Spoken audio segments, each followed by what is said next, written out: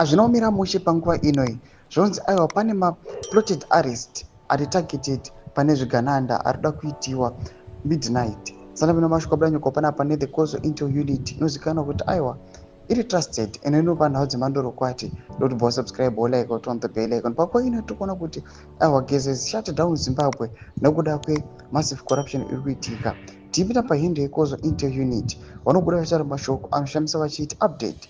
Causal intel unit CIU says the actual plot are sudden midnight arrest of targeted listed Zvigananda. A crackdown on these will be launched.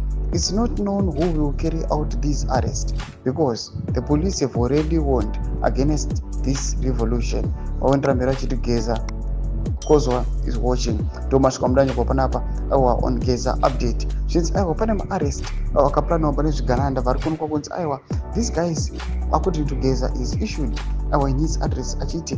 Because Kopane Mankubawana arrested them. Vabati, Noda Kuti, Vaniva Vava, Imesham Kono, Honora against the law. Maria Panapa, Vachi project your ne the regime vachita zvanenge vachida mashoko atiri kuna panapa nyika yose aiwa it is now watching aiwa the space people that are not being involved in these active protests and the likes, but people right now they're just complying to my shutdowns. Some of the people who are fearing ndo vari kuonekwa vari kuchienda kumabasa vari kuda kuprotecta mabasa avo. Tudze mafunguro enyu moti kudii pamusoro pechitiko ichi. Abina comment section medu tudze mafunguro enyu. So subscribe or like, turn on the bell icon.